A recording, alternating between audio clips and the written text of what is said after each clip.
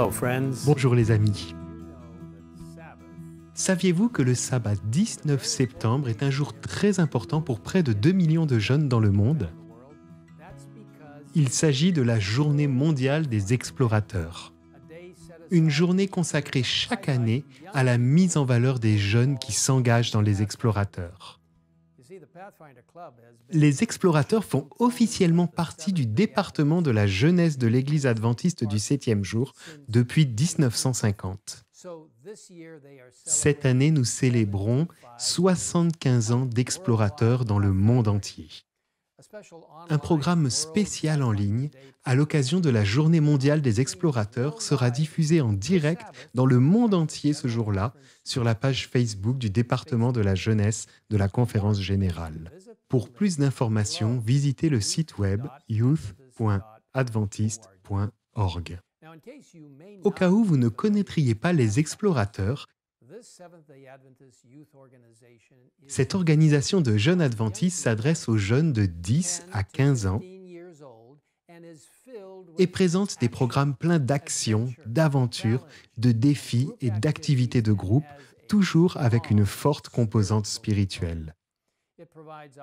Elle offre également des opportunités de développement de nouvelles compétences et aptitudes qui contribuent à la croissance personnelle, à l'esprit d'équipe et à un sentiment de loyauté et de respect envers le Seigneur, sa création et son Église. L'une des activités les plus célèbres des explorateurs est sans doute le Camporé international qui a lieu tous les 5 ans à Oshkosh, dans le Wisconsin, aux États-Unis. Cette année, le thème de la Journée mondiale des explorateurs est « Quelle est ma place ?» et se concentre sur l'histoire du Père accueillant dans l'histoire du Fils prodigue, dans le texte clé de Luc 15, verset 22, où le Père accueille son Fils rebelle à la maison. Ce fils qui avait immédiatement réclamé son héritage et l'avait ensuite gaspillé de manière très irresponsable, décide finalement de rentrer chez lui. Lisons les paroles touchantes de Luc, chapitre 15, versets 18 à 24. « Je vais retourner vers mon Père et je lui dirai, « Père, j'ai péché contre le ciel et contre toi. Je ne suis plus digne d'être appelé ton fils. Traite-moi comme l'un de tes ouvriers. » Il se leva et alla vers son père. Alors qu'il était encore loin, son père le vit et fut rempli de compassion. Il courut se jeter à son cou et l'embrassa. Le fils lui dit, « Père, j'ai péché contre le ciel et contre toi. Je ne suis plus digne d'être appelé ton fils. » Mais le père dit à ses serviteurs, « Apportez vite le plus beau vêtement et mettez-le lui. Passez-lui un anneau au doigt et mettez-lui des sandales aux pieds. Amenez le veau qu'on a engraissé et tuez-le, mangeons et réjouissons-nous, car mon fils que voici était mort, il est revenu à la vie. Il était perdu, il est retrouvé. » Et ils commencèrent à faire la fête.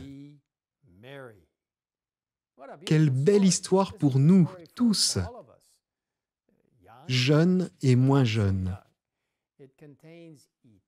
Elle contient des leçons éternelles pour nous, nous donnant une belle image d'un Père céleste qui nous aime et qui attend avec impatience de nous accueillir chez lui. Peut-être, mon ami, avez-vous erré ou êtes-vous tenté de vous éloigner de Jésus?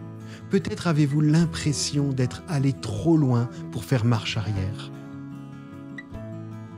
Ne prête pas l'oreille aux suggestions de l'adversaire qui te conseille de demeurer loin du Christ jusqu'à ce que tu sois meilleur. Si tu attends, tu ne reviendras jamais au Seigneur.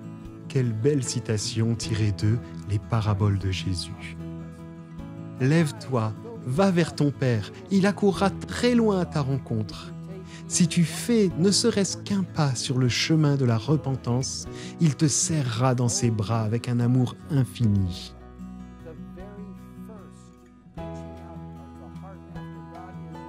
avant même que la prière soit formulée ou l'inspiration du cœur manifestée, le Christ est prêt à offrir sa grâce pour suppléer à celle qui agit déjà dans l'âme humaine.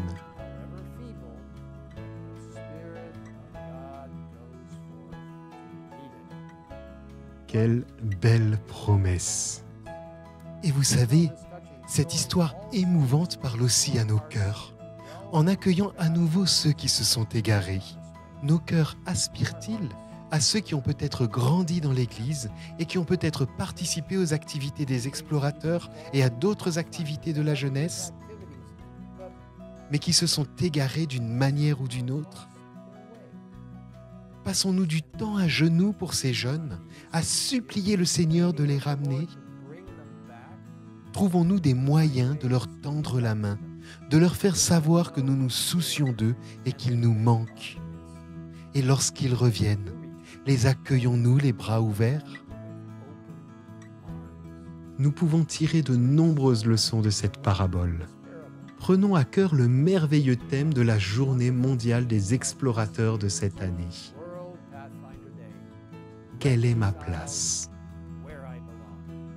Avec Dieu, voilà la place de nous tous.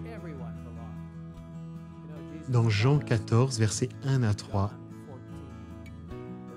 Jésus a fait cette merveilleuse promesse. Que votre cœur ne se trouble pas. Croyez en Dieu, croyez aussi en moi. Il y a beaucoup de demeures dans la maison de mon Père. Je vais vous préparer une place. Et puisque je vais vous préparer une place, je reviendrai. Et je vous prendrai avec moi, afin que là où je suis, vous y soyez aussi. Prions ensemble.